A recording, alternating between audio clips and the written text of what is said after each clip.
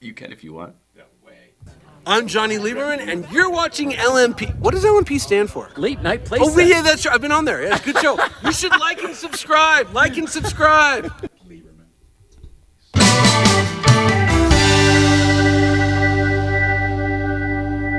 That's it. We did it. We waited long enough. I said, stop talking because you're wasting all the good stuff. So we're coming in. We're coming in hot, folks. We're usually late. We're a little bit early. Good evening and welcome back to the Late Night Playset. My name is Jay Ryan. This is Nicole Ryan, and we are sitting here with Mr. Phil Morris. More on Phil Morris in just a second. Tonight is Tuesday, October 8th, 2023. Get our stuff working here. Wee. We're a little rusty. But new iPhones. That's nice because we get the new iPhone out. So we need one more. Tuesday, October 3rd, 2023. We are back here. I want to start with an apology to Lyn Woodward, who was our guest last week. We love you, Lyn Woodward. You are such a great guest every time you're here. It's a shame the production on this show sucks and we couldn't really hear you very well. It is what it is. She was fine with it. She didn't care at all. She was actually going to come back Thursday, but scheduling didn't allow it. So anyway, it's always embarrassing when that happens. We put the show up anyway for the diehards who wanted to sit through it. And I talked to a couple of people who watched it on TV. They don't watch it through headphones. You can't do it on headphones. It would make you nuts. But on the TV in a room with other things going on, I guess it was okay. It was yeah, sure. It was two issues, just so you know. It was two issues. It was I was wearing the wrong lav, and it was wrong settings, and it was just picking up everything, and it was over-modulating. It was just awful. And, of course, the whole time, because it was a lav. And then there was also some sort of loop it created where there was an echo as well because the volume, the volumes were all wrong. Oh, technology. You wicked mistress. Some days I feel so proud of myself for all this crazy little world we created, and then some day, all it takes is one little thing. One thing.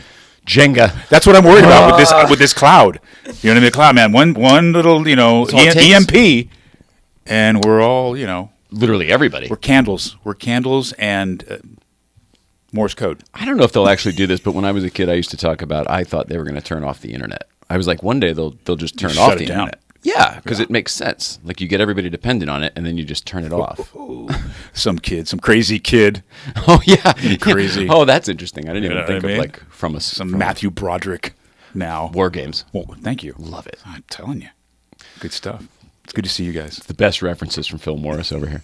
So anyway, that's what happened to Lyn Woodward. We apologize. We love you so much. The rest of the stuff I think we can get into as we chat with our friend Phil Morris. Gosh, you know him from, I don't know, God, your IMDb's forever. Star Trek. I always say Seinfeld just because I'm a person of the 90s. It's a good one to lead with. It just is. It just is. If you have it on your resume, why not? I'm telling you. And there's generations now that are coming to it because their fathers or moms watched it and they love it as much, which is really wild to me because I didn't think it would kind of translate that well to a younger audience. But because it's so generic in a way but very dense with its comedy, see what I'm saying? Everybody gets it. It's more. What do you think? It's the human condition that it examines, right. I think, which is why it has the staying power. It's not about even situational comedy, which will sort of stale date itself. Mm-hmm. It's really more human condition stuff of like, why do we feel this way when this happens? Right. That kind of thing. Right. Totally relatable. Why do we feel this way when this happens? Totally relatable stuff. You know what I mean? And they stumble over themselves all the time, which is what we do. People in life. Yeah, the species, as it were. Speaking of which, you keep telling her that. I'm going to turn the air conditioning on. I knew I forgot one thing. A little bit too much caffeine. Now I'm sweaty. It's been a day. I can tell. Yeah, it's been a long day today. Long day. What have you been doing?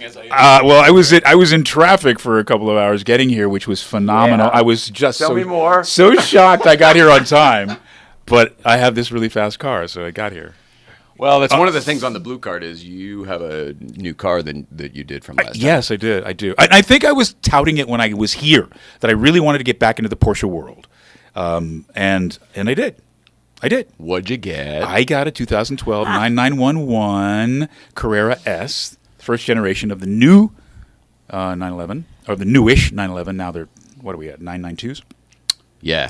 I mean, we're approaching 992 too, which is weird because it happens so quickly. I really wanted to get the first I've done a couple things I think smart in the Porsche world, and that was I had a 993, which was beautiful, Carrera S, had a GT3 2004, which was super cool. All of them sold because kids go to college and actors have careers that go up and down and all around. So They also didn't used to be worth what they are now. no, and hardly. I mean, it was just a sort of a high-profile used car. Oh my versus goodness! now. Now it's Fort Knox. But so I figure like I have my finger on the pulse of certain things, and I thought that the new version, the 2.5-inch stretch and the wheelbase being set back, things that were brand new for the 911 in the first year of it would be a good car to have. And before it turbocharged out and did all that stuff. Well, I don't mind I didn't think I was going to like the turbocharged, but I ended up not minding the turbocharged. So I'm okay with the 9912. I actually really like the 992. Really? Yeah, I really do a lot. I know most people wouldn't think I do because I like the older stuff. Yeah. Somehow, even though it's so much more modern, the 992 captures Really? a little analog-y? There's some stuff in there that they threw in that I I'm like. not good with the rear end. I'm just not. I Oh. like the rear end of 991s. It reminds me of a Porsche rear end, and Porsches are smooth and round, and the 992s are straight. You know, the grill is kind of straight like that, and it cuts the line for me. It looks too much like a Panamera or a Taycan Ooh. to me. Yeah, I it's a little understand. generic for me. But we can alleviate that with the ducktail. Boom! Let's go. A little too geeky nerdy for us? No, never. What color? What are the stats? Oh, okay. Carrera It's black S, on Carrera black, 4, what is Carrera it? S. Okay. With all the stuff. It's got Black the on black PDK. PDK. You actually just got the wheels black too. I did. Powder coated.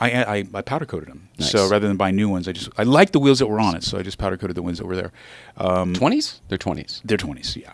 And I want to get, even though you said the exhaust sounded great the other day. Well, you started it with sport on, and it was a cold start because you got to the mountain early and you Right. stayed late. So there was like. So it was, yeah. I mean, ours sounds pretty ferocious in the garage in the morning too, Yeah. versus a little bit later. It had a little bit of It's got bite it. to it. It's really got it. I just think that there's a refinement I'd like to see in the exhaust system. Do you know what you want yet? No. Okay. I need to consult. See, I'm not a wrencher. I'm a car lover, but I'm not a wrencher. You're a wrencher, right? You're know how. adept mechanically. Yeah. I am adept mechanically, but it's not my interest. My interest is more the complete car, and then giving it to people who really know what they're doing and paying them money Yeah. to make it go cooler. That's, I think, where a lot of people start, right? Exactly what you're talking about. Yeah. And then for me, and I think maybe it's perhaps, I can't be the only one, right? I can't No, be the only nut. maybe. But the moment you do start going down the mod train, like one thing, and then you go, oh, I made a choice to do that one thing, and I feel the difference, and I know what the difference means because I know how to drive, and then you do another thing and another thing. Now it's a slippery ass slope, like crazy slippery. Well, there's this little self-control. I think that it's like tattoos. There's right? there's no wrong. The line is different for everybody, and it's always a moving, sliding and it's scale. blurry as hell. Yeah. You're going to get 18 different opinions about what you should or should not do to that particular style and year of Porsche or Exactly. car, period. Yeah. And we happen to hang out with a lot of people who know a thing or three. And have opinions about And it. have opinions Yeah. about it. Actually make a living writing or opining about these things. And so, yeah, I think we're in really good company. I wore my Newcomb shirt today. Well, I did My too. Newcomb shirt today. 'Cause I'm repping, baby.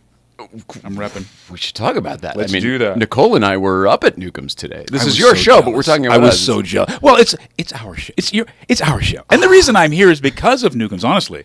So it's really good to talk about it. Okay. And Yeah, go ahead. What's the origin story Here's what for I you? love about this this gathering is that it's cool people with cool cars. And it's not rich people with rich cars. It's cool people with cool cars. Mm-hmm. Some have a lot of money. Some don't have a lot of money. All of them love cars.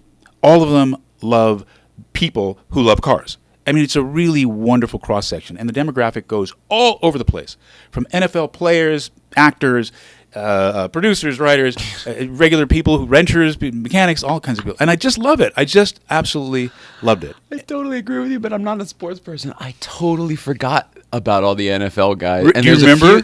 They come up every year. All the time. But there's a few, there's a pilgrimage that these players from all these different teams all come out and they fly. I shit you not. They fly their cars out. Yep. And then they come up and they drive. And then they fly them back. And then they fly back to their, whatever their state is. And they're cool people. And these are, I mean, I'm not even in, I don't get sports, yeah. but some of these names I recognize. Oh, they're legit. Mm-hmm. So that's what I also like about the mountain. Here's something that I love about the mountain. Last week, Jay educated me as to some of his background. I didn't know. I didn't know that Jay had a pretty interesting history with automobiles. I didn't know. I'm a weirdo. I didn't know. I just thought these are like cool people that I meet and we hang out and talk stuff and I see them again the next week. It doesn't matter to me who you are, just that you're there and you're about similar things that we're about. You know what I mean? Yeah. We're about positivity. We go up there to get away a little bit from the city during the week. Yeah. And we happen to have this great shared love of cars and this passion. It's not about the cool club. No, Some it's not people about what think you wear. It's the cool club. Not about who you are. Literally the opposite. It's literally the opposite. And I love that about this. The place is so cool. Here's the kind of people that show up. So I drive an Audi R8, 2018, rear wheel series. It's awesome. We have a guy, Frank, he's so sweet, who finds Hot Wheels or die-cast cars and gives them to the people who has that car. Who drive yeah. So he brought me this last week. In your color. He finds the car, the model and the color. I mean, it was so wonderful. I'm so there it is. You got it. There we go. And I want to thank Frank for doing that. He didn't have to. The way you talk, Frank. It's just his way, and he didn't want anything for it. And it's just an indicator of the cross-section of people that show up to me. He never wants anything for it. He gives us, you mentioned the movie cars a few minutes ago. I mean, the Time Machine and the Ghostbusters car right over there from Frank. He never wants anything back except for a hug. Yeah. You know, which he wants every week anyway. I think our, oh my gosh, is the payment that his soul requires. Yeah. You know, so it's really, really cool. Some of the best automotive minds are up on the mountain. I mean, it's just, here's one of my favorite stories. So, the gentleman from Alpina, that was a funny day. Because Smoking Tire brought him up. Right. Yeah. Came out to see us when Newcomb's was open, and it was a good day. It was a big day. Newcomb's was closed, but we could still the road was open. No, it was before the rains. It was before the rains. That's when they came. But the restaurant was closed. We could still get to the closed, but you could still get there. Yeah. And they showed up wonderful. And they make a beeline over to me. and we start talking. They're really good guys, really good people. I ask them why they're there. They said they showed up because who we are is the quintessential car culture in California. And they wanted to know who organized it. Boom. I go, easy. And I brought them over to Jay. These are two German gentlemen, very kind, very sweet, but they really talk a lot. And well, it was the heavy accent for me. I couldn't understand every word. Jay, and I was like, Jay, the gentleman owns Alpina, and blah blah boom. And I kind of left. I kind of left Jay with them. So maybe an hour later, maybe half an hour later, I show up. I come back, and Jay's like, "What are you doing? What did you leave those guys? Why did you pawn those guys?" I said, Jay, that dude owns Alpina. He wanted to meet you, not me. I thought it was you. I thought you foisted somebody off on. And I walked away. Then I just passed. I baton. Because you did leave. You okay, and on. Well, because I just wanted them. I had talked to them for 20 minutes. I wanted them to know you. I'll give you a heads up. No, what was funny about it? Whatever the gentleman's name, and it's all escaping me now. It was such a funny day. It was so great. The name is escaping me now, but it was the same name as somebody else who was coming up as well. And I thought he was that guy, and I said, "Oh, that's so great! You're out here, and it's so nice to see you." I'm giving him thumbs up and everything because I thought it was this other guy that we support from afar across from overseas or whatever, also from overseas. And all they did was share a name. I had no idea it was the Alpina guys until you said it. And then Matt Farah was like, "Yeah, bro, we brought him up here to check you out." Not me. No. Well, the collective you. The GVBC, the Newcombs, the ACH Vibe. Yes. But, the Genesis it's definitely... That was a funny day. That was a good one. That was a funny day. But the truth is, there are there are 50 stories just like that. They're all beautiful, really. All beautiful. When Johnny Lieberman had the Pagani, it wasn't Mr. the old man Pagani, it was the son. But he reaches out to Johnny Lieberman and said, hey, we want you to take the new car, the Pagani Huayra Roadster Zippity Zoo, right? It was like the... I think that's the name. It was the fully loaded... hey, drive it up the crest. Not we're going to trailer it up there for some photos and we'll show it at your thing and we'll trailer it up and then drive it one block down so there's no rock chips. He drove that thing up. And I mean, drove it up to the point where, the follow car couldn't keep up with it. Johnny will really drive. driving it. Johnny will drive. No, thank goodness. I love that about him and the people on the mountain. And the thing I like about the mountain is there's a certain unwritten code about it as well, which is how you drive. Preach. And how you get there and respect the crest and understand your level and your car compared to other people's levels and their cars, and the safety aspects that we all have to be aware of when we're going up there. And when you have it sorted and you get it just right and you understand and you're following a pack of cars that get it, it's beautiful to me. It's like you all have one consciousness and you're all going in the same direction. I know. Nicole's like, really, Phil? It's now zen. I'm like, yes, it is a little bit. It's hard not to get heady about it because a racetrack is like that a little bit too, but there's still the ferocious competition of it all. When you're up there, you're getting that zen. You know what? It's like that tunnel vision focus. A little bit. bit. Hyper focus. A little bit. But it seems like there's none of that competition involved, so we're in an atmosphere where you can actually just enjoy it. Well, there shouldn't be. That's the thing. Of course, there's outliers, and we want them to understand that you're an outlier, and the normal course of doing business on the mountain is to enjoy it, play well within yourselves, and play well with others. That's how I try to do vibes. it. Good vibes, baby. Come on now. No bad moves. What I like about Good Vibes is it doesn't matter who you are. The moment you start exhibiting any kind of aggro, whatever and literally anybody there will just shout it. Good vibes. Good vibes. Like Ross from Friends. Yeah, baby. Let's throttle back a bit. I mean, even Magnus has done it to me when I'm bringing coffee and stuff out and people come in and I'm like, just wait 1 second. Hey, good vibes, buddy. Good vibes. Take it easy. Well, those are the watchwords. That's why we go, baby. I'm not going up there for a bad time or to get in any sort of beef with anybody. It's all love. Well, we were up there today, and goodness gracious, was it nice to beautiful today to be back. Yeah, the weather was great, but just seeing her face up there, I didn't load a new video into the machine, but I put some on social media. It's so great. It's so great to be up there, and to just, even though all we had was a Red Bull and a power bar, we sat at the bar to enjoy it as though it was coffee and breakfast. Right. It felt very familiar and comfortable being there. I miss it.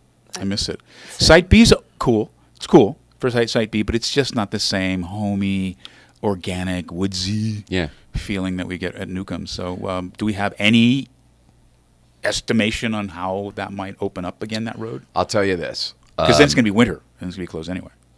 Well, I don't know. It didn't used to close in the winter. I know most of the time we would be driving up every week of the year, including the snow days. And there's a lot of videos of us in the snow in yellow car. I'll tell you this, they're making great progress. There's a new sub on it now. Caltrans obviously oversees the whole thing, but there's a new subcontract working on the mile 46 section. Right. And that's where the washout was, which is the higher section, not where the slide is. It's where the road was gone. And they are almost to the top with the backfills. They've put in the drainage. They've put it. They keep stamping it down. It's pretty impressive. So I would actually say sooner than I would have said. I like it. A month ago. I like it. The progress they've made in only a couple weeks since Sonny's memorial till now, 2 weeks. Pretty incredible. Pretty remarkable. Pretty- Yeah, a couple pretty stories good. of dirt. Now, obviously, it's pyramid rules, right? So the higher you get, the smaller the levels are. Right. But still. Well, it's good. I have infinite patience. So as soon as the top section's open, we can get back to Newcomb's. Right. Well, I look forward to that. Yeah, because it's, well, you'll come check it out. I will. On one of our. I will. We have to check on the place every week. That's See, part I'm of our happy to deal. be back here on the show because before I was like a newbie. You know what I mean? It was like, this guy, he's so cute. He came. This is Jackie Chiles. He came to the mountain, and it's really cool. He comes up, and he's like, man, now I feel like a bit of a veteran. You know what I mean? I feel like I belong. I found my people. That's hilarious. You entered as a character actor, and now you're part of the ensemble. I'm waiting, man.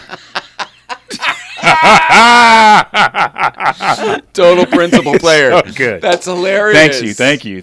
Oh, yeah. It's all good. And I don't know. I mean, there would be a lot of numbers on the call sheet, but they don't all show up at once. So No, it's staggered. It's all staggered. No, we're like a great soap opera. A great soap opera. yeah, Like All My that's right. Children or something. Did you? When I did this show in high school, I had the main actor from All My Children on. That's weird that you would say. Oh, really? yeah, David Canary. Did you? do David soap- Canary. Yeah, I did Young and the Restless for 2 years. Oh, all right. That's, Yeah, that's a big old time one. Yeah, too. I come out of it, dude. Eric Braden's a good friend of mine. I mean, I got some people over there, man. Who? Eric Braden, was he a writer, producer? Hans Gundiger, he plays Victor Newman. Oh, that guy. Sure. Victor Newman. He plays Victor I Newman. thought he was one of the Bells, the Brad Bell. I thought he was the producer. No, the Bells. I love the Bells. I love Bradley Bell and Mrs. Bell. Laura Lee. Actually, Thank is, you. is the daughter. Oh, that's right, the daughter. Right. That's right. That's It was Lee Phillip Bell. Oh, and then it's the daughter and son, right? It's now. the daughter and the son, and they run. Well, Laura Lee is on Young and the Restless, and Bradley runs the other show that they have. Bold and the Beautiful. Bold and it used Beautiful. to be. Yes, I don't he's know if that that's guy. still He's on. Yes, that's the one. He's the executive on that. And I just saw them because we did the 50th, I think, anniversary of Young and the Restless. It was fantastic. It's still on the air. It's still in the air. So there's only like 3 soaps on the air now. Yeah. That's what somebody we were talking. I had this conversation with somebody. Even Days of Our Lives, which in my mind was like the big thing, one, yeah. the most That's on expensive, still. high production. It's on Peacock. They Right. took it off of They broadcast. they call it something else too. Oh, it's not Something else. Peacock anymore. No, Peacock, but it's not Days of Our Lives. It's like You're kidding. something else. Because my friend Just Teo sands Pinglis- through the hourglass. Yes, that's it. With McDonald Carey. Yeah. I know it all with the soap thing, man. It was great for me. It was a great place for a young actor to start. It's got to be. Really, really good because it gives you like hardcore chops. You got to have it. You got to bring it to the set. You don't have time to rehearse. That's a fast pace. And then as you get going and they like you, then they give you more and more and more and more. So not only are the storylines just crazy and you have to really dig deep to make them live, but you're doing... Wait, let's just make this. I'm going to cut you off for 1 second just Sure, to make let's this go. guy feel good because he would never think I would pick up on the air. Can you hear me? I can hear you, baby. We're on the air right now. This is my John goodness. Marconi, everybody. Hey, John. Of the Marconi, Hey, guys. of the Marconi down in Hello, OC, hello. and of this show. I just saw that clip. I saw that clip of Nicole, and I tell you what, she is so beautiful. It's just sickening. Yep. Preach, brother. And I tell you what, she looks like she's doing good. We do. Instagram's a wonderful thing. We put the looks like we're doing good filter on. Hey, that's okay. You know, I look at my face every morning, and I can handle rejection. You guys, I miss you guys so much. You cannot believe it. Well, I know we are overdue for an Orange County trip, so we're going to come down and see you guys at the museum soon. Please do. The toy drive is coming up on the 4th. Maybe we can do a little show about that, but it's coming up on the 4th of November and is going to be a rock star. November 4th, this is the annual toy drive. We'll plug it right now at the Marconi. Yep. What else? And it's going to be nuts. We're taking donations. 100% of the donations that go into the museum are online. You can do online donation, everything else. Through the next 2 months goes directly to the toy drive. Awesome. And what our mission right now, we're at 30,000. Matter of fact, I think we're about 35,000. The goal this year is 50. Wow. We just did a deal with Walmart. Walmart looks like they're going to pick up the tax for it. Ooh. And what we're going to do is we're going to go in there with probably about 45, 50 shoppers, my race trailer, and we're going to fill that baby up. And then the toy drive happens. It's before the toy drive that it happens. And then we go play Santa Claus for 2 weeks and drop it off all over Orange County. The videos that they make of all of these shopping carts going in like a train and literally just going scooping down the shelves of putting all of these everything on the shelf into the carts for these kids. It's amazing to watch. And then they load it all into a race trailer. You saw it last year. Now that was $25,000. Oh, Wait so we're till you double. see We're going for Wait double. till you see what $50,000 worth of toys. We're going to bring so many smiles to so many faces. You know, in like Mary's Path, with these women who have been trafficked, they've got little babies and stuff. So we're going to do diapers and wipers and formula and just all kinds of stuff. So we got specific lists. There'll probably be anywhere from 30 to 40 shoppers with their lists, and we're gonna field strip Walmart. Like locusts. You're going to need more than one store. You're going to need multiple Walmarts. The cicadas. Walmart's been great so far. So we got another big meeting on it, but they're gonna bring in advanced toys, bring in advanced stuff. They're gonna load up the store for us on carts. So most of it'll be pre-done. So we'll bag it, tag it, and run it through half a dozen checkers. And we're going to have some people with OCD that, like me, that are going to be stacking the toys in the trailer. Otherwise, they'll never fit. Can't wait. Well, plan on us being there, pal. Oh, you got it. Anyway, you guys look great. Thank you for being there. And I'm glad you guys are doing what you're doing. It brings a smile on my face every time I open up IG and I see you two guys and what you're doing. It's mutual, brother. We love you. And then there's that yellow Porsche. I can't figure that thing out yet. I know. He loves all the cars, races all the cars, but no Porsche. Muscle but cars the and problem is Ferraris. The motor's on the wrong side of the axle, Jay. You know that. This is a debate that will go on for the ages. Tell Colin Chapman that. I love you, pal. Talk to you soon. You bet. Bye. Sorry to eat up your time there, Oh, Mr. dude. John Marconi. If you've like never it. been down to that museum, it's pretty No, awesome. I have not. It's pretty awesome. I have not. That's where we did our live show last year. We did a fundraiser Oh, I for remember the that. I foundation, remember and that. Adam Ferrara came out and performed. It was really Well, fun. any time that somebody busts in with that type of information, please. Yeah. We need to know. Because the kids need to be served. We're here for the kids. He We're really here for the kids. it's like immense. I didn't realize perfect. it's double what last year was. Last year was incredible. Well, that's a great human.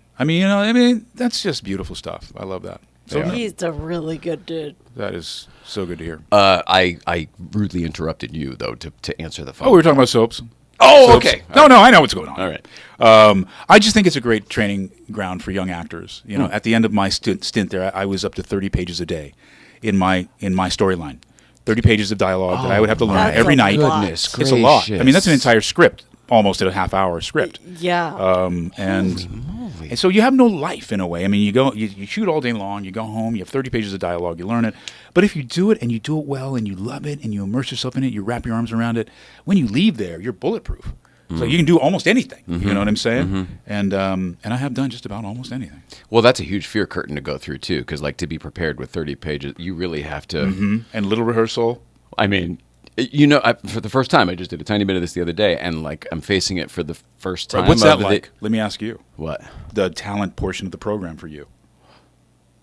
That's what I'm saying. I'm not used to it like you. It's there. Even though this was something I wanted to do, when you're faced with it, it's like, holy crap! I don't want to go do that right now. Right. You know, and you're driving there and you're nervous and sweating bullets when Yeah. you're going to do. You know your lines, and I was really nervous about knowing my lines. Like really nervous about knowing my lines. I'm not nervous about lines, but I do get anxious about the responsibility.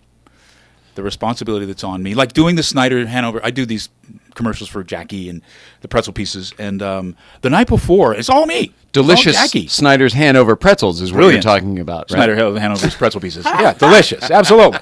So Jackie was the spokesperson the last year for them. And I know Jackie well. Jackie and I were buddies. We know each other. It's great. That wasn't my problem. It was knowing that they had hired me to rep them and only me. So they're relying on me to sell units. You're not a piece of Seinfeld. You're the big whole enchilada. Yeah. So the night before, I was, anxious. I get anxious because my conscious mind interfaces with what's on the line. The money, the people that are there. There's so many clients there at Video Village doing commercials. So here's how I do it. I show up early and I dress as Jackie. No one knows me as me. The clients don't see me as Phil Morris.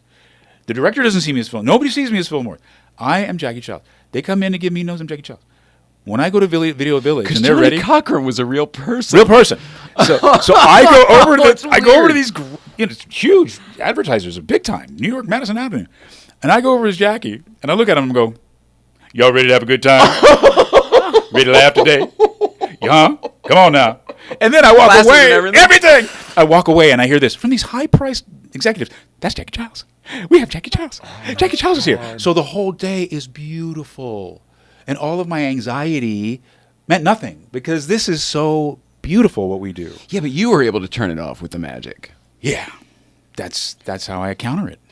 That's how I counter it. So you, don't worry about the set. Just go over to Video Village first. Yeah, Loosen them all up. That's there for me. Okay. Let me go over there and let me go relax these people. Chill them out. Because I know that they're thinking about, how many this and that and numbers this and how much we're paying Phil and blah, blah, blah. And you're right. They are stressed about making the day. And I go right away and kind of demystify all of it. Let's play. What you got? Come on now. How many times did you have to go back out for that same campaign? Do they have you keep coming back? I did one day. Oh, that's the best. Isn't that great? Mm-hmm. We shot all day. I was exhausted, and my belly was full of pretzels. Delicious Snyder Hanover pretzels. They're amazing, and I love them. And you eat them, and they give me a spit cup and all that. But it's a pretzel, so it's going to go down. You can eat. And then they give you cold water to drink. So imagine you got doughy pretzels and cold water. Oh, you're just expanding. Oh, it's at the end of the day. I almost died doing a Snyder Hanover. It was wonderful, but I almost gave up my life for these pretzel pieces. The commercials are great, though.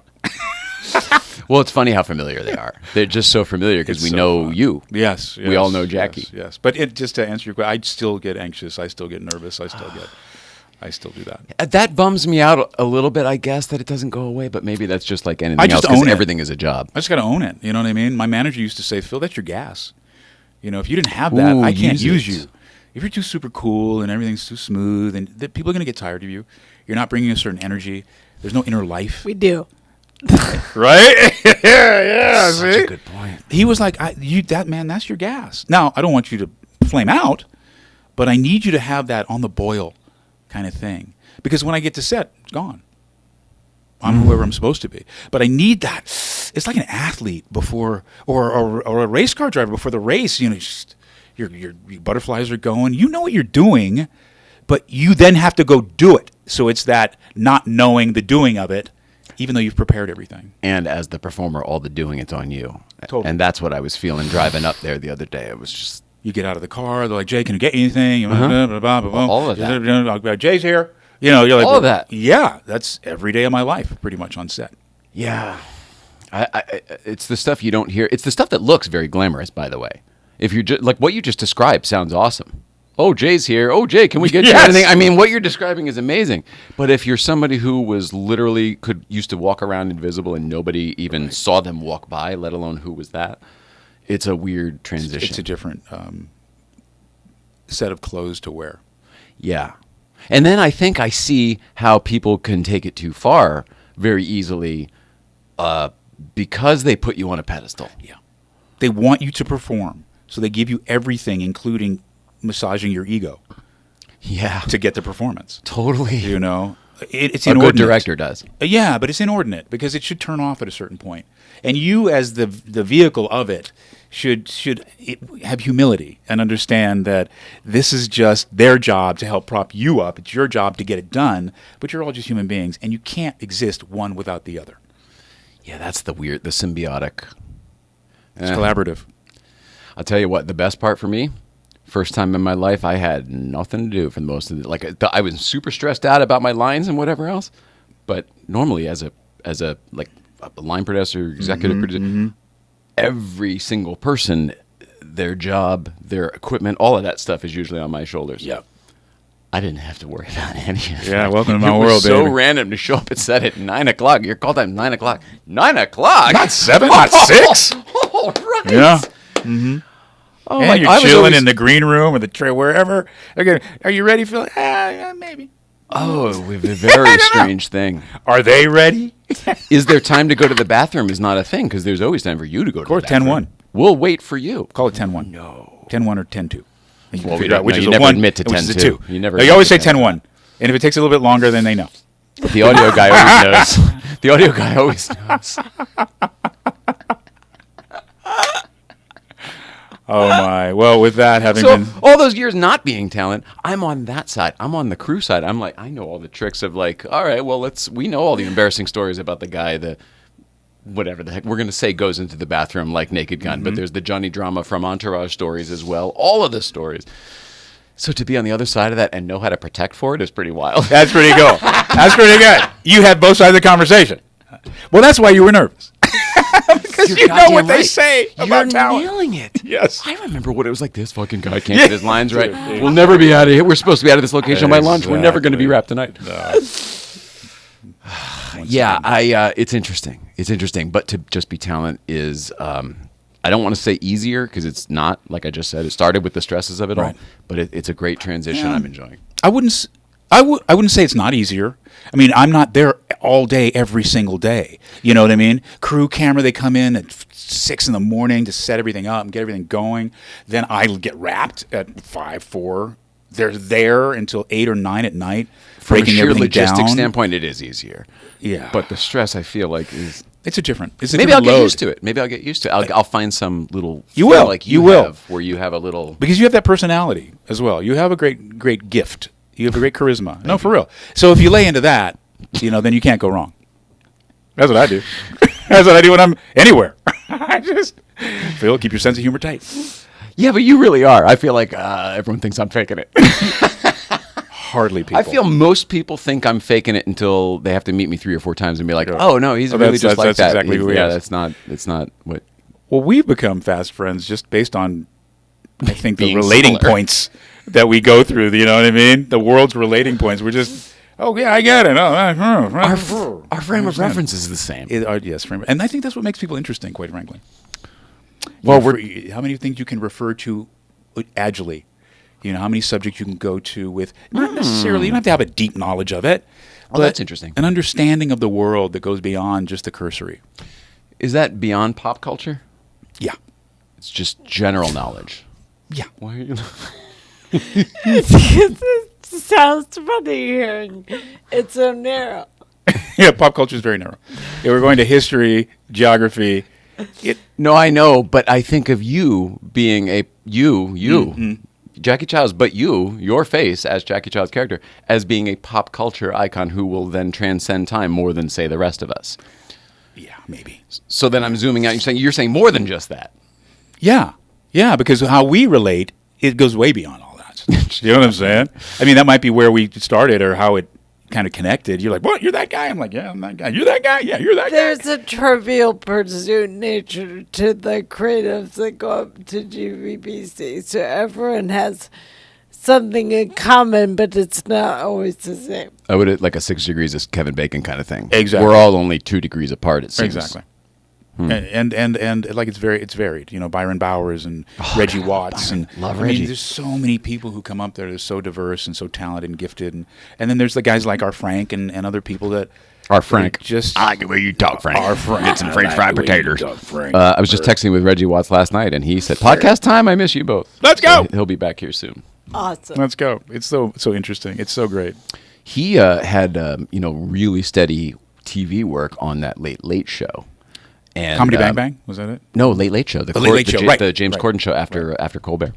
And then that show went away, so he's back on the road now. Like, our friend was always in town because he was locked to this job that was right over here at TV City, right down the hall from your thing, right upstairs. Love CBS. And now he's we don't get to hang as often because he's working, legitimately working out on the road, like He's plying his journeyman trade. working. Yeah, he's plying his trade. Yeah. Now he's doing stand up. Is he? He does music doing and his- stand up, right, yeah, music and comedy. He's so talented, that guy. I know his brain's another So level. smart.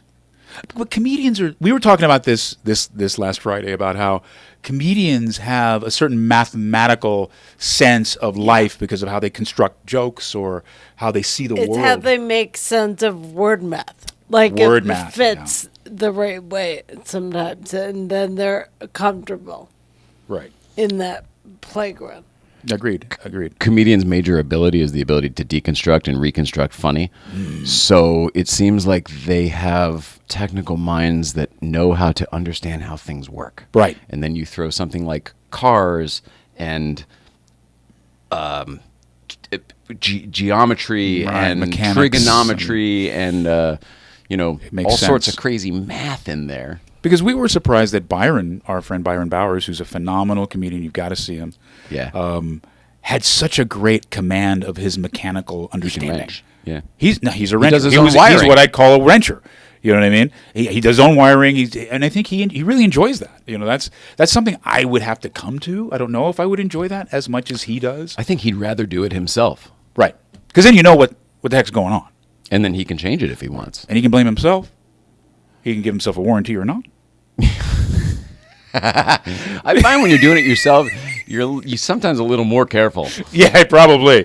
No, most likely, yeah. I would think. Yeah, well, we'll see. Although I'm going I've to try made to some change my pretty steering wheel stupid out mistakes, because too. you were telling me I could. I'm going to try it. You got the 991 and you want to put the 99. Still a 1, but you want to put the paddles The in. newer paddle system in, as opposed to thumb up and the Byron did it in downshift. his 997, so I would imagine it's easy in a 991. The pressure's high now. Pressure's Back to the pressure. Yeah, Now we're back to the pressure. because I'm a guy. I'm that guy. I'm sorry. Of your two cars, what are you enjoying driving more, the Audi or the 911? The R8 or the 911? They're very different characteristics. The 911 is still a 911, no matter whether it's a 2012 or not. It's still got the ass end, wants to go out and meet my front end, and I'm used to that. I've driven a lot of 911s in my life. That's what I'm more used to. The Audi You had them when they were really scary. really scary, yeah. Now the Audi track's a little flatter. It's a mid-engine car. It's a V10. It's got a big old weight right there, right behind my head. With so much power, though. So much power, but it's usable. You're going to drive it next weekend. Or Okay. Tomorrow. For you going Friday? Yeah. Okay, Friday. We tend to go as often as possible. I do too, unless I'm out of time. I got that life, right? We were there today. I'll play it again. I'm super stoked to have both. Yeah. I literally bought the 2012 Carrera S because Johnny Lieberman, Angus McKenzie, named it the 2012 Driver's Car of the Year. Mm-hmm. And Angus messed me up a little bit because he said that if you're really into driving fast, you get the paddle shifters. Because I told you I was going to go with a manual. I thought we decided manual. We had decided manual, and then I watched the the excerpt again, and he had me. He had me at speed.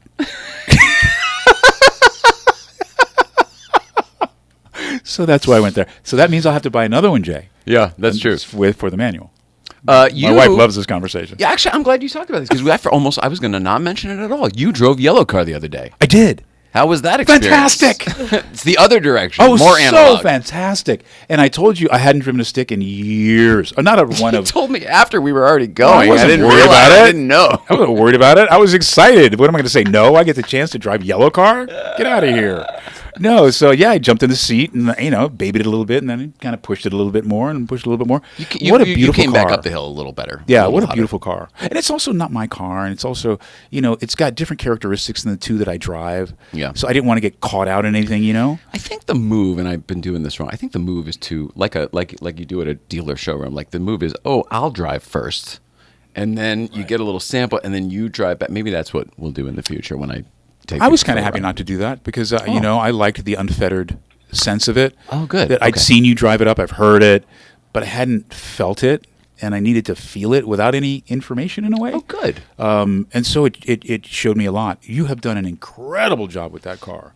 Thank you, but TLG. Shout out to TLG. Right. But yes, it's quiet, it's tight, it's smooth, it flows. The pedals are perfect for heel towing. Mm-hmm. I mean, you just roll your foot. There's no taking it off and getting. There's no wonky foot position you have to get into. No, I actually have our brake pedal a little lower than you would normally want it because the heel towing is perfect. It's perfect. Converse perfect. Thank you. Convert perfect, baby. For my size 11 Converse perfect. So thank you. It was a great honor. You will drive the R8 on Friday and see a completely different. It's a Yeah. complete and it's a monster. The R8. It's uncomfortably fast at Yeah. certain points. So you have to really. I'm not good with those crazy fast cars with the flappy paddle. I'm Jeremy Clarkson all the way when it comes to that stuff. He's probably better at it at this point. Yeah, but I think that you're going to really enjoy it. And, Okay. because the refinement of it is just. I've never driven anything quite like it. And I've driven a lot of cars, but Yeah. never anything like this Audi. It really is the gentleman's supercar. Yours is the V10, but it's the last. Yeah, 2018 rear wheel series, normally aspirated, no Yeah. turbocharged, no quattro. So the rear wheel series that's the Yeah. kicker. That's think why so. it's fierce. It's fierce, and I drive it with all assists off. I know it's crazy, but I do because I never learned. I'm old, so I didn't have assists growing up. I didn't know that. They get in the way. They can, because whether we mentioned it before, they're all set at a median average, right? They can't kind of just figure out Nicole's driving style is going to be this, Jay's is going to be that. So it's all set at a median average. If you're driving Some have ability, certain settings you can play with different variants of. It's sort of off. It's totally off now, Yeah. like that. But I don't think it's not a. it's not that calibrated, not that easy to calibrate. So when you exceed that median average, the car wants to help you. because it thinks you're out of control. Mm-hmm. But if you're a driver, you usually drive on that edge. Rotation. Yeah. You want the chirping tire, not the squealing tire, kind of thing. Thank you. I love that you racing school. That's what you brought home. So much more than that, but yes, so much more than that. Well, you know, when you learn to drive and you're like, your tire's squealing, you're not chirping. This just sounds like it's like the movie with now Cole tires is what wins a race. Yeah, what the hell are you talking about? It's just Yes, that's me. So, but thank you for letting me drive Yellow Car. That was an honor. It's a pleasure. It's a pleasure. Cool. TLG really made a very cool thing that doesn't exist elsewhere in the line of Porsche products, and so it's pretty cool to share it with people to show you what is possible. Because for us, I've said that. I said people are sick of hearing this, but for us, it was a case study. It was we would have loved one of those old air-cooled, super personalitied out, awesome livery, long hood or shooter, whatever the heck, air-cooled Porsche. Our lifestyle didn't allow that. We need a car that's going to start every time. It's not going to be in the shop for valve adjustment. We just couldn't do it. But I wanted that experience and that essence and that feeling. So the case study was, can you get the essence of an air-cooled experience out of a modern water-cooled car? So we started pulling shit out of it, changing shit, making it a little more raw here and there, hardening mounts, taking rubber out, putting polyurethane in, things like that all over the joint to make it more raw and less refined.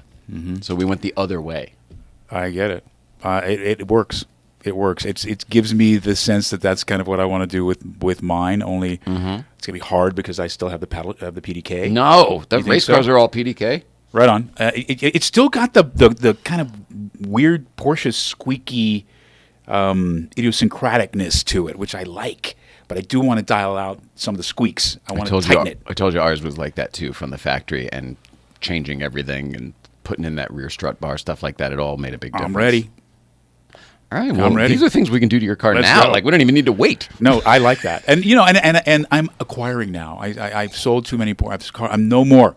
No more. I will leave them to my children. There you go. But I am acquiring, and I'm going to keep them because I cannot buy that 993 back. Not for a lot of money, less than a lot of money. Yours wasn't a turbo, right? No, All right. Carrera S.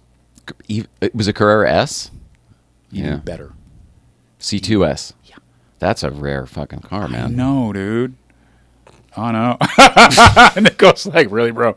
Yes, really. I am sad. So I am never going to sell it. I used to work with James Spader, and he had one of those, and it was beat to hell and dirty and everything else. And then it turns out later it used to be Spike Ferriston's car that he sold to James Spader. And then it used to be like in mint condition, and then James Spader just drove it like we do and just beat the shit out of it. And, you know. Well, Jerry Seinfeld told me to buy the S because Spike had one. Yes. So it's that car. It's that kind of car. Oh, it's that Not car. the same car. But he told me to buy one because Spike had it and he loved it. But the Spike one is this one, so it's the same actual car. Wow, that's cool. And then I bought the GT3 because he said Spike had one. He's like, I'm like, what am I following Spike around? But they were beautiful, beautiful purchases. I mean, because I wanted to buy a turbo. What year was your 996 GT3? 04? 04. Good year. It's like the Paul Kennel car, right? Yeah. Good car. Okay. Oh, to have it again. Oh, to have it again.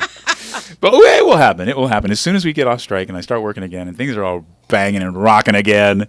What do you think of the strike? It's on the card here to ask you about. We had one meeting this week. I think we're gonna have another one in another day or so. Yeah. So that always bodes well. Tomorrow, I think. They're Yes. supposed to go back. The writers have come back. I don't know if the membership has ratified everything, but I think they should. I'm excited that we all get to go back to work. I mean, whatever my feelings are about the Discord don't really matter. I have one philosophical thing that I always mention because the numbers are crazy. Here's the philosophical problem for me. It seems as though the producers, AMPTP, feel as though they own entertainment. You know what I'm saying? Like they're the owners, like in the NFL. They own entertainment, and they're loath to break off a piece to the people who contribute to what they own.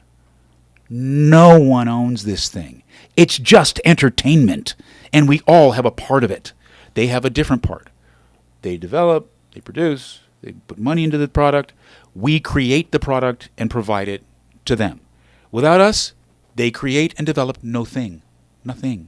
So we have to understand that there's no ownership here. There's just collaboration. And your portion may be bigger in the terms of how we put this thing together, but everybody contributes to it. And the more that we're all equitably broken off, the more we come to work and we're willing to give our souls for this beautiful creation that we're all a part of, and no one owns it. And what you just described, it sounds like fundamentally then the work would be better for it. I think so. Because then The we art would be better for feel it. valuable. We wouldn't feel like a widget. We wouldn't feel like, an indentured servant, you know what I'm saying? And that's what they make us feel when we come on these negotiations. Well, but there's work and then there's magic, which is made through the blood, sweat, and tears. And it's like you're willing to give the blood, sweat, and tears if you feel like it's a fair game. Right. And the thing we don't want to tell them is that we're going to give it anyway, because that's who we are. I mean, it's just who we are. They know that. They know that. That's how they get They're us. like, they love to do this. They'll do it for they'll free. do it. Look at them. They're picketing, but they have a band out there and coffee trucks, and they're happy. They're not in pain. Yeah, we're in pain. We just want fellowship. That's what that is. You're just seeing fellowship, right? You're not seeing us celebrating anything. Also, every donut table or pizza table was sponsored by somebody else. Those guys weren't bringing them we out there. didn't That pay was for like it. different shows and different people in Exactly. solidarity showing support. Right, exactly. Those that could provide for those that couldn't. That's what happened. Right. Many of my actor friends provided coffee trucks and ice cream things because it was hot certain days, and Hawaiian shaved ice trucks and stuff like that. We're providing for our membership because it's a fellowship thing. It's not a celebration. It's just, we have to just come together and show our love and support of each other. That's what you're seeing. Oh, it's so beautiful. So hopefully we'll get back to work and we can all do a happy dance and do what we're here to do. You're great with the segues today because everything that's on the card you seem to get to naturally right before I'm about to. On here is your good head. I want to ask you about your good head. Where does your good head come from? Why are you such a good person? These are my words. I know you wouldn't say it about yourself, but where does all of this Phil Morris is a good guy come from? I made a lot of mistakes early. That's a good answer. That's a great answer. A lot of ego running me, man. I mean, my dad's Greg Morris. People may or may not know that. Greg Morris, my father, was one of the stars of the original Mission Impossible back in the 60s. So when I was 7 years old, my father became a part of the #1 show in the world, not just this country, but the world. And it showed us the world in a whole different light, especially as a young African-American male from Los Angeles. And, you get to feel like we were just talking about a little bit, that you deserve it, like you've earned it. No, I didn't earn it. My father earned it. But I had a great deal of ego. And I think that I did a seminar called Phil Morris Gives You the Business. And it was to tell people about what you should know. It wasn't an acting workshop, it wasn't a casting workshop. Just how you should deal with yourself on a set. I wish somebody would have said to me, have less ego. Be about the work more. You know what I mean? Know that everybody contributes. My father did that. But I think as a young actor, you want to be heard, you want to be seen, you want to be known. So you push yourself hard. And sometimes it's inordinate. And I made a couple of mistakes that taught me a lesson. And those lessons have held me in good stead and have made me humble and accepting of this incredible gift that I've been given. There's not a lot of people make it. A lot of talented people in the world.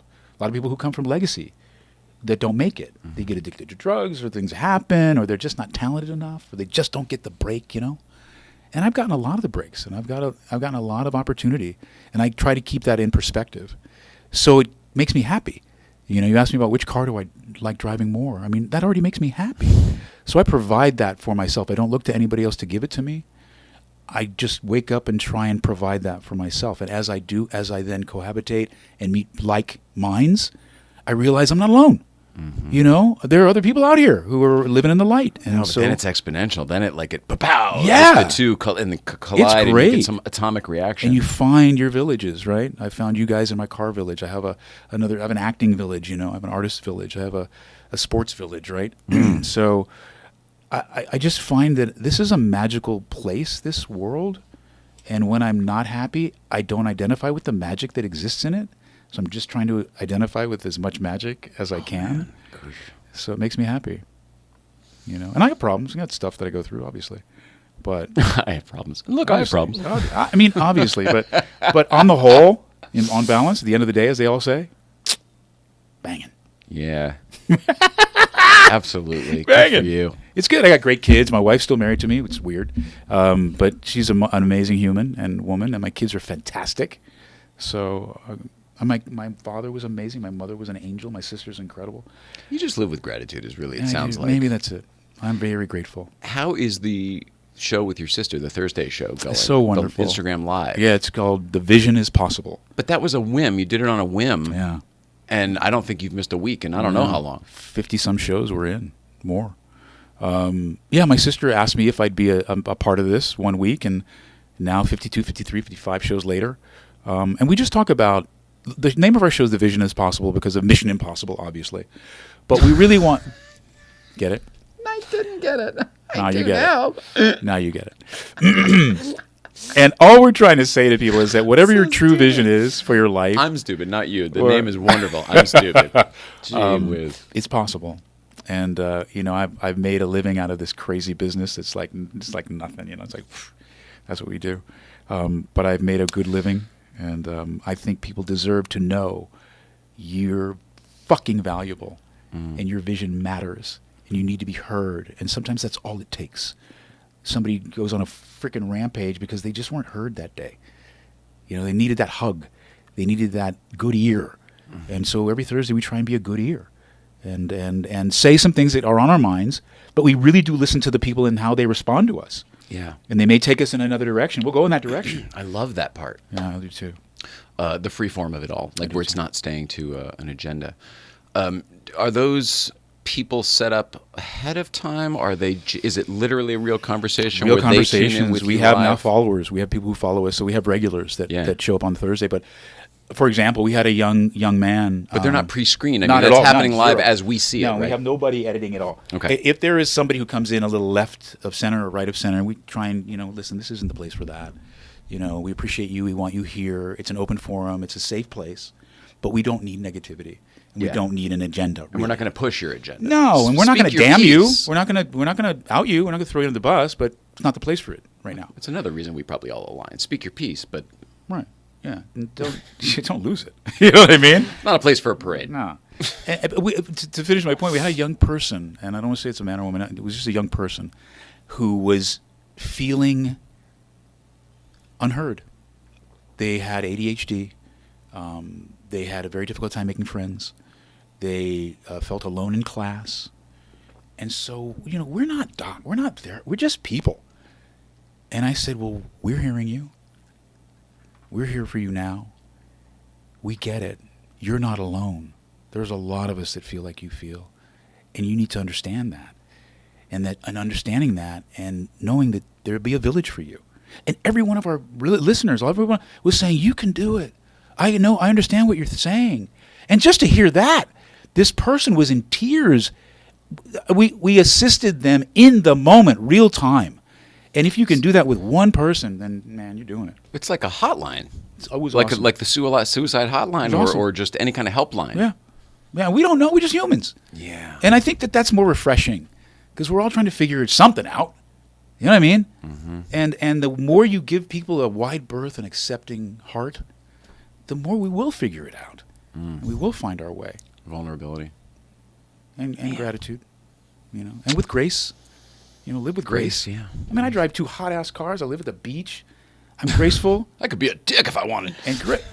If there's anything that's going to make you one, you're a celebrity, and you're this Hot-ass guy. cars living in the beach. But La La Land. nobody has that. You don't put that off. That's not what you give off. That's not what you put out there. It's literally the opposite of that. Yeah, it would make me feel bad. I don't need that. I don't need that. And I want Nicole to like me, so why be a dick? It's so funny. Everyone feels exactly how you feel, but for completely different reasons now than in her old life. Now people love her and they just want to be around her. In the old, it was just like, well, don't piss her off. She can get ya. Oh yeah. Oh, I bet. She won't take you down a peg or two. She'll just lop the bottom off the ladder. Yeah, it's good times. Would have loved to have known. I find it hard to believe that we never ran into each other like doing Comic-Con stuff or any kind of promo work, just out there, because when she was working, we were out there in that world all the time. Well, I'm not a showbiz person. Do you know what I mean? I'm a family guy. I mean, I raise my kids. Holy crap, Lois. and I just, I watch sports and I read books and The sports thing is the one thing we don't go to align on. movies. I don't understand that at all. And, how do you like everything else that we like? Art, entertainment, sports cars, and sports. What's your favorite sport? I'm cutting you my off now. favorite sport. Gosh, I don't know. You like them all? I love them all. I love them all, and I play all of them. I play all of them. Now I feel like No, we can't I be play friends. all of them We don't because- align at all. No, Who is this person? I play basketball and tennis, and I play golf, and I play everything. I play volleyball, and I run, and I do everything. I do martial arts and everything. I knew the martial arts, and that made sense to me because at the Senate, I used to do yoga. I go, oh, okay, we're on the same page there. Baseball, football, Not you. tennis. I don't get it. You know, this is America. I'm just saying. Yeah, I know. America's a sports culture. I It's a sports country. Well, the racing's picking up. I feel like my people are winning out on that one. Yeah, the no jocks are doubt. going down, and the geeks are taking No over the doubt. world. There's no doubt about it. But yeah, I mean, I love sports, and you know what it is? It's like my work as an actor. Honestly, I was at a convention one time, and we were talking about the moderator's asking me about my table. I have a lot of different things: Star Trek and Seinfeld and animation and all these different things. And he asked me if I had planned that in my career to be diverse, right, like that. I was like, no. What you got? To me, it's like sports. The sport isn't what is it. It's the I'm athlete. it. I'm it. I'm the special sauce. And I put that special sauce in basketball, football, tennis, track, whatever. Comedy, drama, farce, Shakespeare, Chekhov, what you got? There's no limit to me, right? I have a phrase, which is if you have integrity, the floor is only so far. You can only fall so far because you have integrity. But your ceiling is limitless. So who are you going to be? What you want to do? And that's how I live my life every single day. Just set the dream higher and higher. Constantly. Wow. Constantly. In a good way. In an exciting, motivating, manifestation way.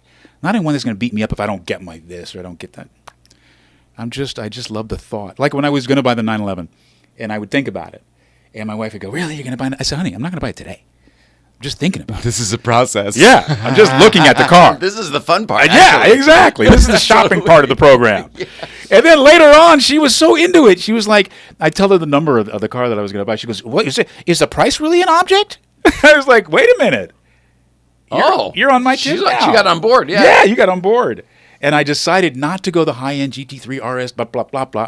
And I wanted a base kind of, and then I wanted to do what you're doing. Yeah. You know, I already have the crazy R8. I say it all the time, but the platform itself is so good. All of the base 911 and a top-of-the-line GT3 RS is the same chassis. They're making them on the same line. What they bolt to them and how they're set up is what makes changes them it. different. Yes. So they're all kit cars in that way. And they've given you a great platform to be able to modify in various ways, depending on your personality, sir. driving style, want or like. That's what I love about Porsches. You Yes, can't do it with a sir. Ferrari. You can't do it. No.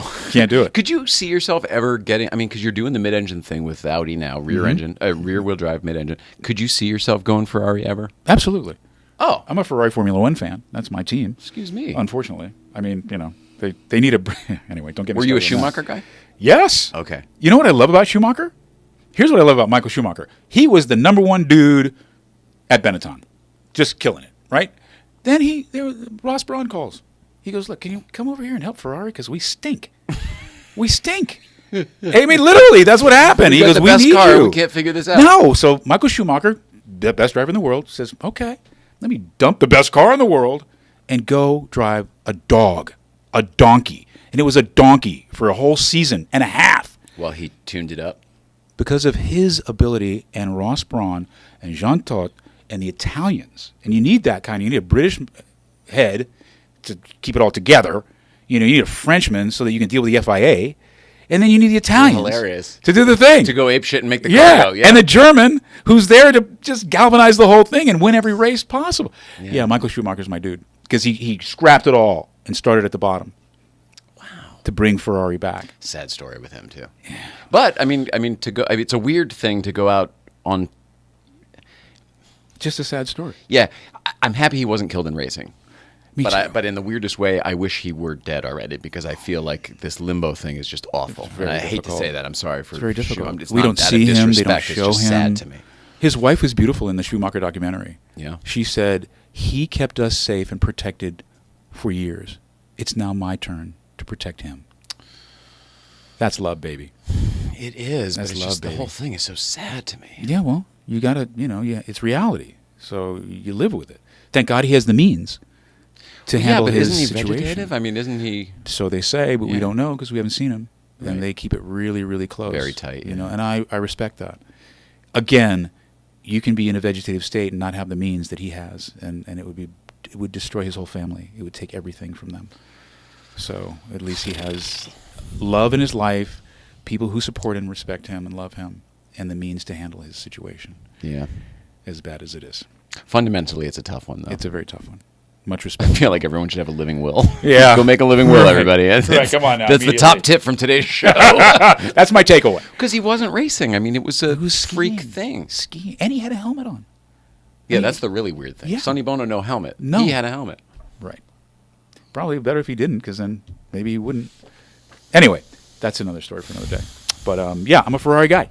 I would own a Ferrari, and I know a lot about Ferraris, and so It seems like the progression for people, like BMW guys go, I'll never go Porsche. And then one day they go, guess what? Getting a 997 or whatever it is. And then they go, and then, the guy leaves the Beamer forums and then gets into the Porsche, and then there's a progression. And then the Porsche guy goes, well, I'm never going to go Ferrari. And then one day, I'm getting a used 308. And that, it just, the progression happens. yep. I don't see myself ever in the head-to-toe, the outfit, all the stuff you have to do in order to do it. What's required to fit in own with the other yeah. people. Yes. Because just like whatever the fuck, you everybody's the same wherever you go in the clique. Right? Dude, we're wearing Newcomb shirts. Hello. right, That's what I'm saying. It's not a casting stones type thing. That's what I'm trying to say. We're all the same. It's just different stuff. Yes. I wouldn't dress head to toe. Like, I have a bunch of Michael Schumacher's hats. Have you ever seen me wear one up the mountain?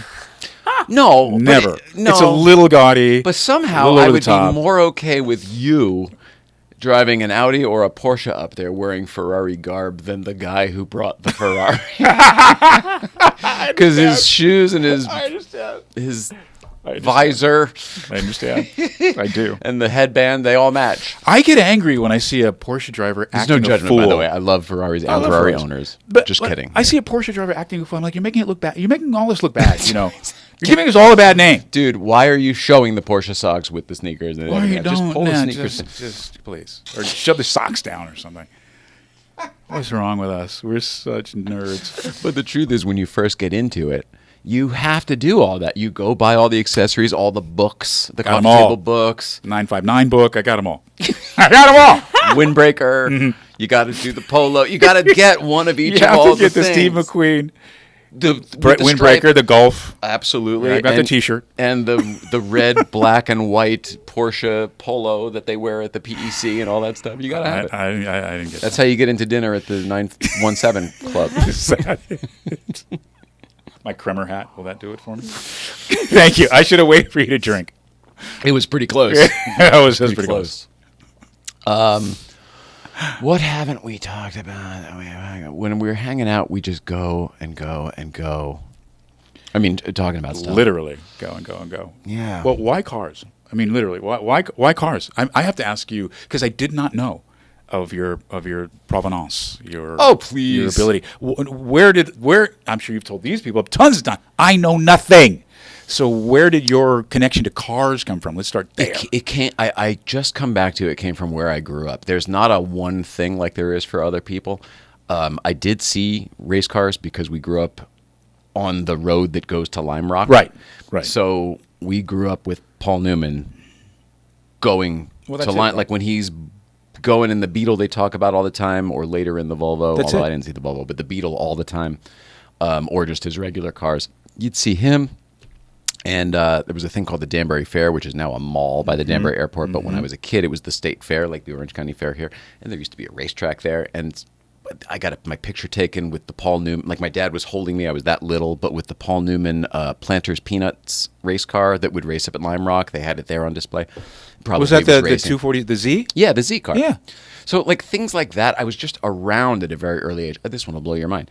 Again, my dad holding me. That's how young I was. I was at one of the launches for one of the Cannonball runs when I was a kid. In Brock Yatesy-ish? That's Brock Yates. we figured it out. It would have been the 1979 one, I think they said. So I only would have been like 2 or 3 years old. But they used to leave from behind the Good Wives Shopping Center in Darien, Connecticut, and my dad's, where he worked, he was a commercial photographer and graphic artist. His building was right next to it in Darien because that was his area. I love And this. one night when he was leaving work, they had all the lights and all the everything was going on behind the shopping center, where like the trucks would deliver the food for the grocery store in the front. Yeah. That's where they were all hanging out. So he came home and he brought me back down to go see them all. And I remember snippets of being there, being cold as shit because it was nighttime, and all the lights were on, and all the race cars, and they were loud and they were cool and they had numbers on them. And my favorite show was Dukes of Hazzard, which had the numbers on it. So all of the General 80s Lee? television had cars. Cars Every were big show characters I in liked them. had cars. Knight Rider, A-Team, Street Hawk was the bike. Magnum. Magnum was a great one. Yeah. Great. Well, my dad was a grand marshal of many of the racing parades. So he was a grand marshal of Long Beach. He was a grand marshal at Ontario.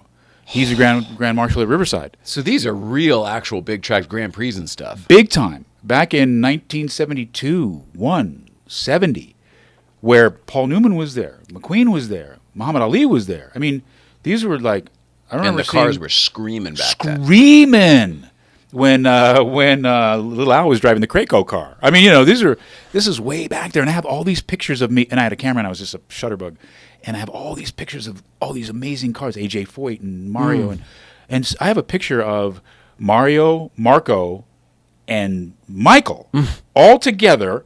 And we were in the paddock, and we saw these photographers shooting a picture. So I just leaned over, took a picture of all of them. Cool. Unbelievable. Went over to Michael's trailer, and I see his wife at the time, and I say, and she knew who I was from the soap.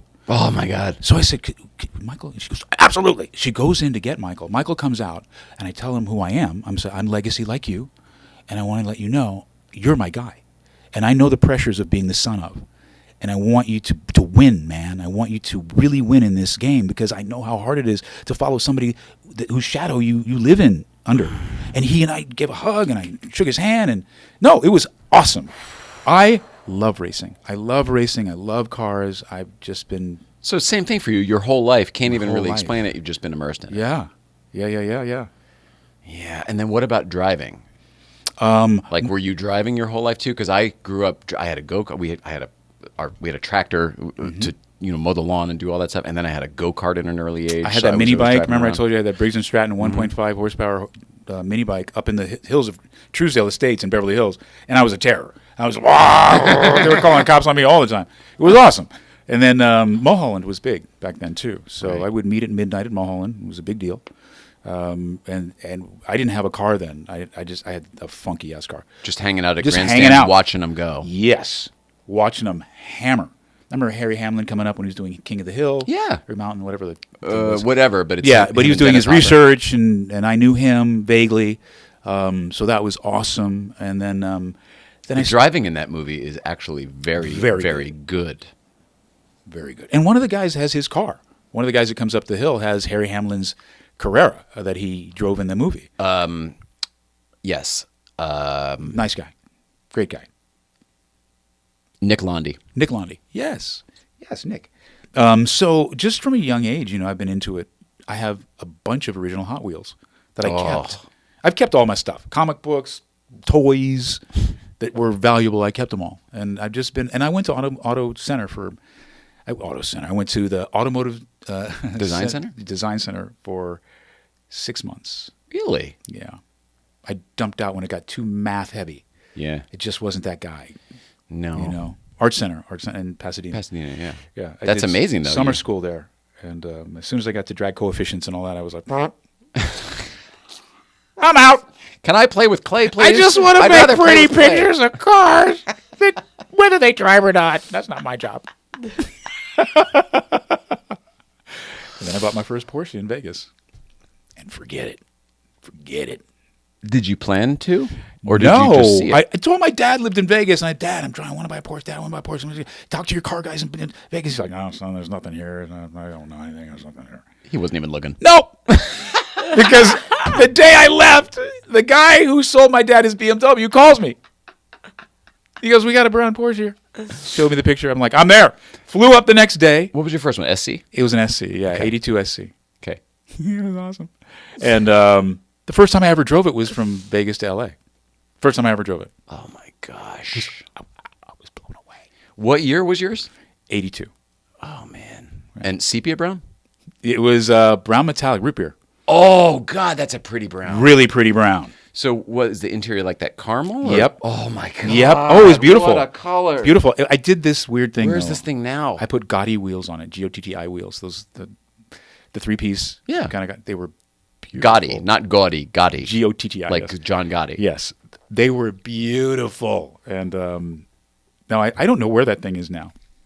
No idea. Do you still have the VIN? It'd be neat to find it. I think I can find it. Yeah. It'd be neat to find it. I'd love to find all of them. I had an 82 and 88 and 93.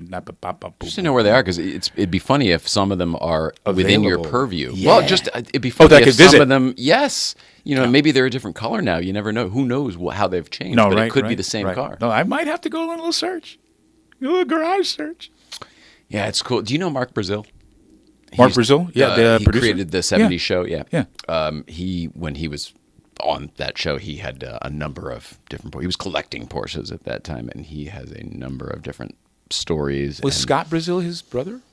I don't know. Because Scott was a producer. He did The Shield. Anyway. Go ahead. That's a great show. Loved it. Yeah. Chiles is a hell of a talented good guy. I watched The Commish in the old incredibly days. The talented Commish on guy. ABC. So great. Yep. Yeah. So Mark Brazil. He's a... I don't remember why I was telling you that. Whatever. A collection of Porsches. I was going to tell you something, but it wasn't important. No, it doesn't matter. we're getting all the important stuff. Come on, brother. I talk too much as it is. If I forgot one of my stories, it's a blessing. For everybody. You know you didn't tell that story, Jay. Yeah, we know. Yeah. No, well, we've heard it 3 or 4 Yeah, times we know, anyway, we know, so we it's know. all good. We know It's all he good. didn't tell. We know he didn't tell it. Nobody's perfect. This is all we do on the mountain, people. This is what we do. So if you ever come up, this is all we're doing. You know what's worse about the mountain is it's squirrel. Squirrel. Squirrel. Yeah, the attention span is crap because the moment every time. The worst. Y'all stop talking instantly when you hear. Whoop. And just, In high school, it would have been like a pretty girl walks by or something like that. No, It's this the, is it's that the they equivalent. can't hold a candle to a V12 or a V8. That's full conversations of like 9 people. Stop. Serious conversations sometimes. Yeah, of all kinds. And they just stop while the guys like meander their heads to the sound. yep. It's hilarious. And it all can't help happens it. at the same time. It's all like music, meerkats. and then we all judge the sound of it. If it's really cool, we're like, Y'all if judge it isn't, it's like, and then no one can remember what you're talking about. No. So there's a new conversation that starts. Well, anyway, we pick it up right again. Can I end this with a kind of a somewhat? We don't have to end it, but can I tell you I was supposed to start the show by asking you how you're feeling. How you feeling? Take the fact that we wore you out going to Newcomb's today. I mean, in general, how you feeling? I'm sore, but I put shoes on. It's a good day. Yeah, but pretty awful lately, right? It's been a heck of a struggle. We've been doing a lot of medical stuff, but we also experimented the other day with mushrooms. Got some microdosing. We got some from somebody who was a very nice person who gave us some stuff for her because it's something she's been wanting to try. We've done this before, and historically, no matter what the dose is, it doesn't seem to be enough for her. So, I know she's high tolerance over here. So the other day, and you read the back of the package. This is all packaged stuff now. Yeah. It's not like eating mushrooms like my friends used to out of a Ziploc bag. And you don't know how it's going to be. Now, Caps and stems, baby. Caps and stems. It's Anyway. almost FDA approved with labels and all sorts of stuff. Yeah, and now. it's in little tablets. And They little go have capsules. 1 to 3 pieces for this experience. Have 4 to 6 people for this. 7 to 10. The walls will melt. Okay. And by the way, there's 10 pieces in the thing. Okay, that's the max you can do from this one thing. So whatever. I should say we went somewhere. Were we at? Oh, it was the day we went and saw the person who gave them to us. Okay, so I don't want to say that. But we were somewhere else. You had already gotten exhausted. We came back. You didn't want dinner because we had already eaten. And you were just going to medicate and go out. like straight to bed. And the whole point of this is to get her out of body, like give her enough where she doesn't have to feel this horrible hell that she's in right now, and she can look at it for a little while from the ceiling while she's out of her body, dealing with other things and other demons. That was the goal. So we're reading this off, and I go, well, here are the options. What would you like, A, B, or C? And she's like, C. Just give me the max. And I go, really? Everything? And I looked at it, and I confirmed, and I go, that's everything that's in this package. And she's like, yeah, just give it to me. And I go, okay. So I got them all out. I put them on a paper towel. She just wadded them all up in one, and she goes, and just ate it. And I was like, Gangster.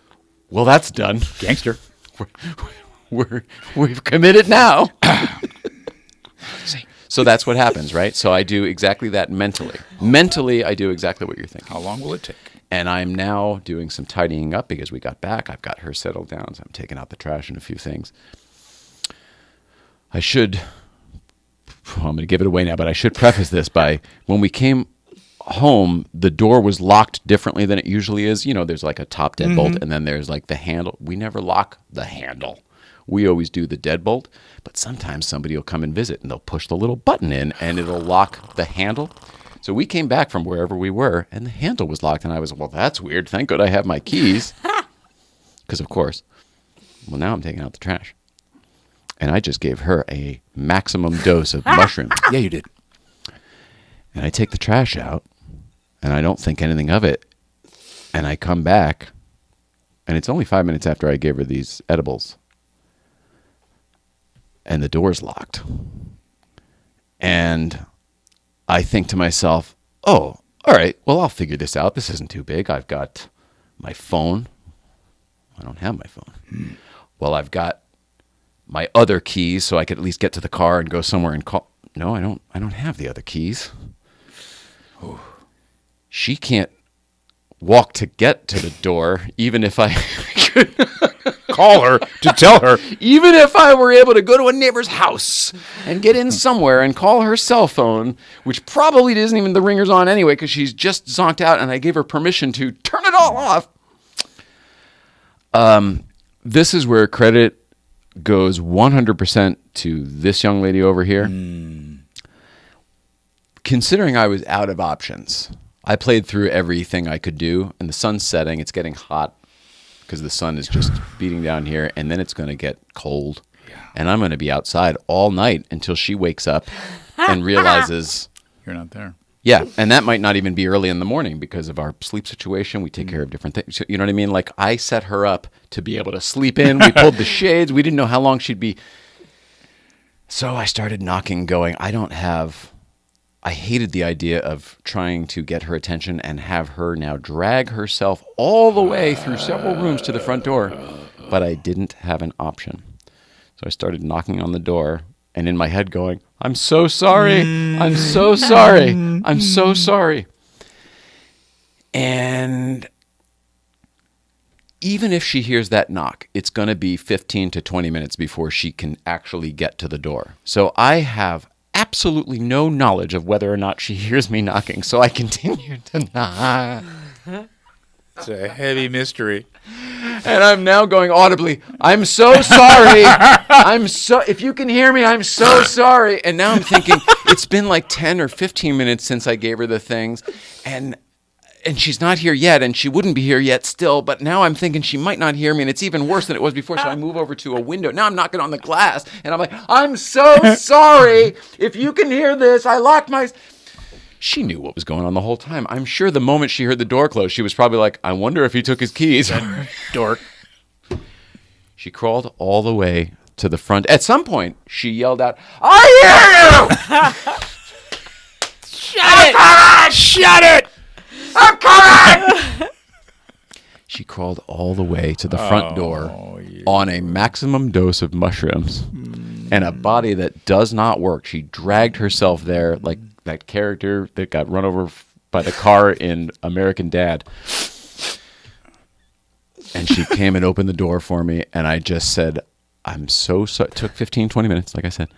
I said, I'm so sorry. I said, the only thing worse than being stuck out there all night and figuring this out some other way was that you would actually hear me and have to do all that. And I'm so sorry. And I was almost in tears because I felt so badly. She was, while exhausted, she wasn't mad at me. She was fine. You know what I mean? She understood. But I felt so bad. So I'm just going to apologize in front of everybody and say again how sorry I am. I know you didn't care and you were okay with it, but I put her in a bad position. I put myself in a bad position, and I learned a very valuable lesson. And now we have a key hidden somewhere in the neighborhood.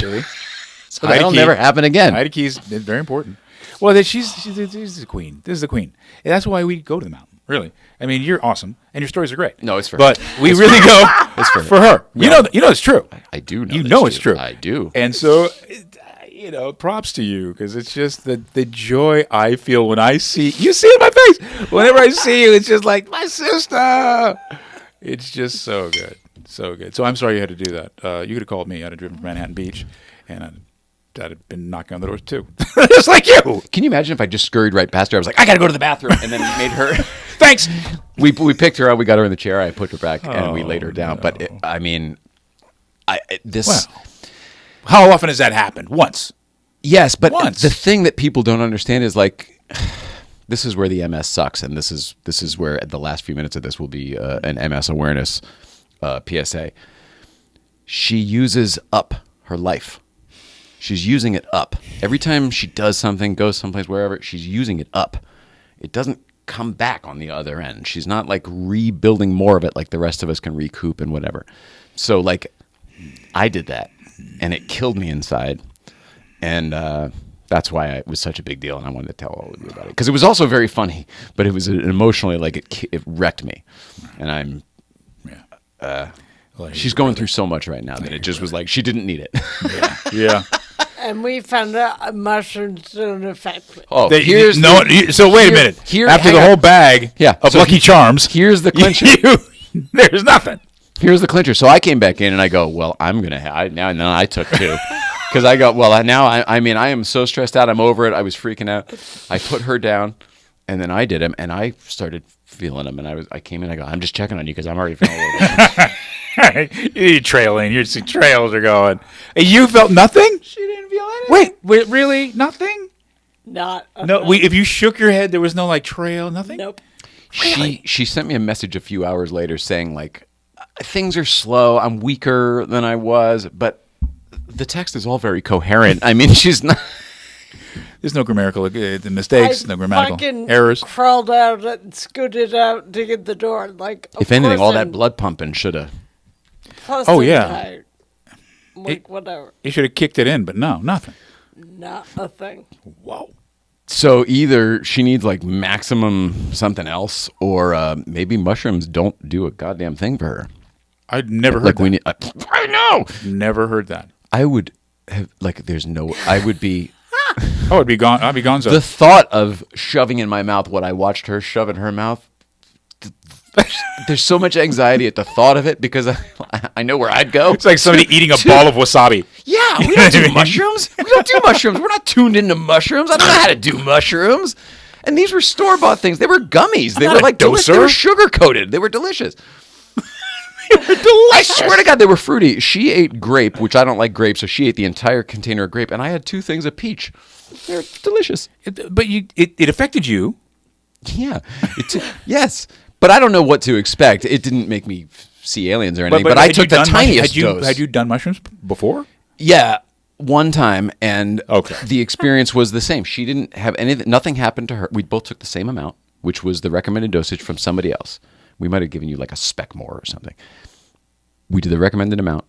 We were both in the living room, on the floor, in a safe place, going to watch a TV show or a movie of a safe variety, whatever it was. Good plan. But I needed to get something for her from the kitchen.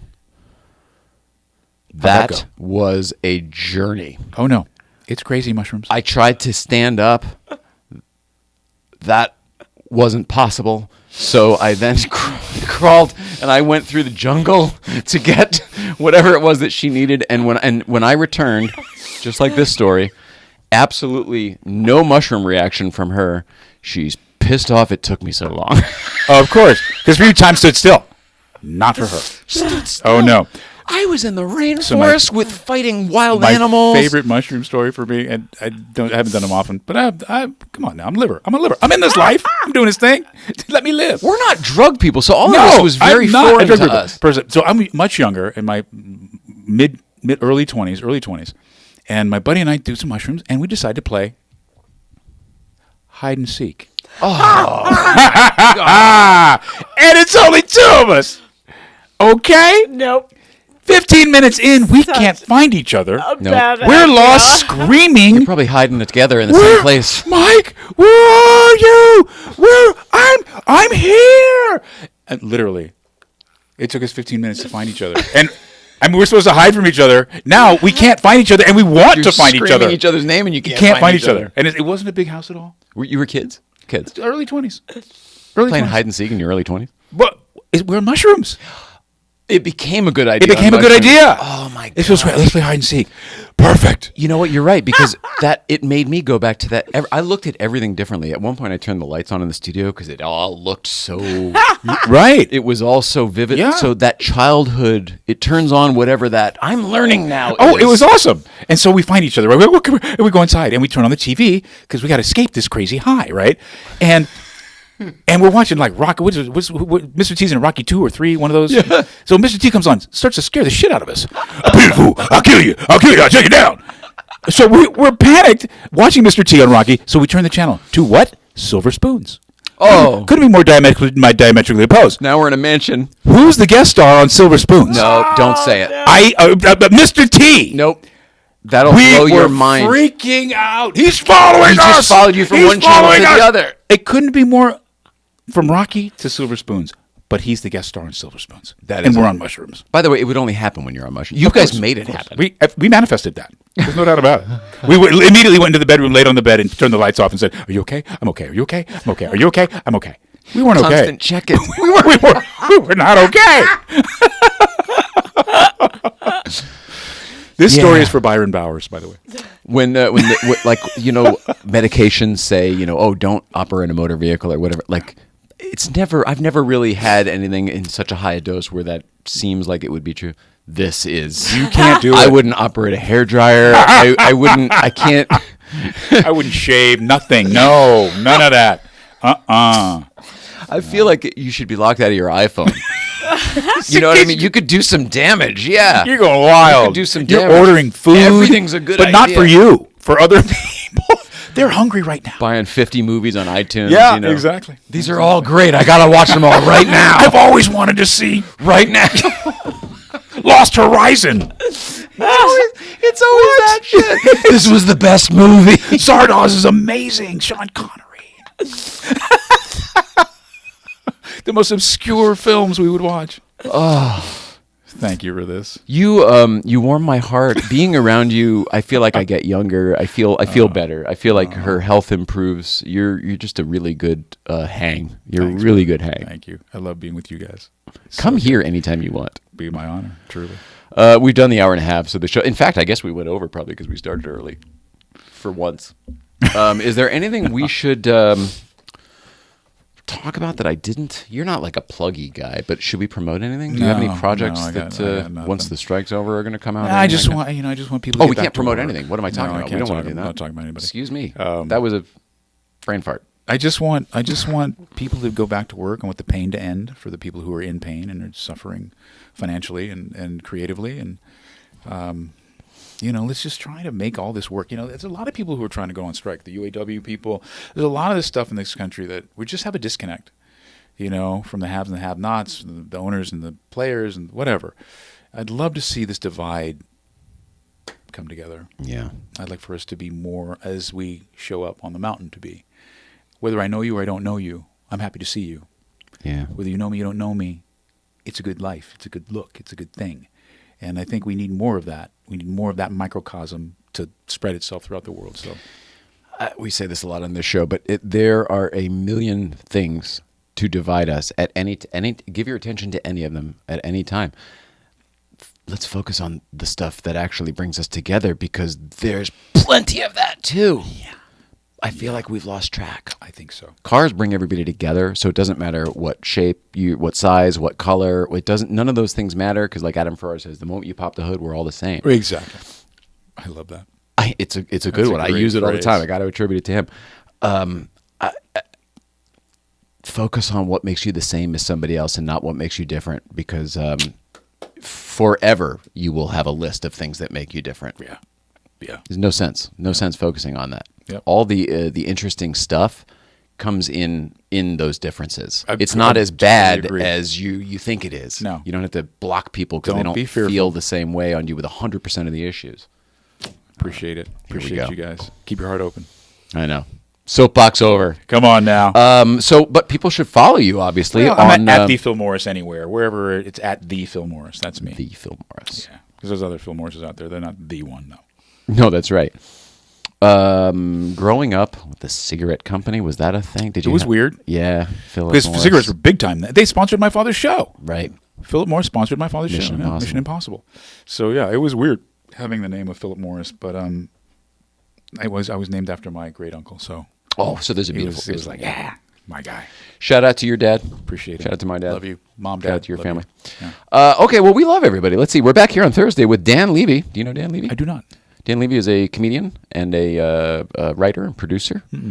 I didn't know this, but he produced a lot of shows that you used to like and watch.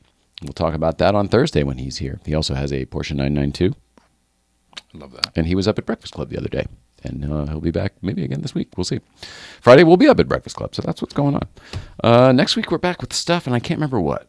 But we're back with stuff. And I will tell you more on Thursday about the show that I was shooting over the weekend, HPDA. I love that. Did a promo for that. Oh, and please check us out on Thursday nights on Instagram Live. The Vision is Possible. My sister Ione and I, we get into it. And if you have a problem, bring your problem. Bring it. Bring whatever you got. You know, if it's good, it's good. If it's bad, we'll figure it out.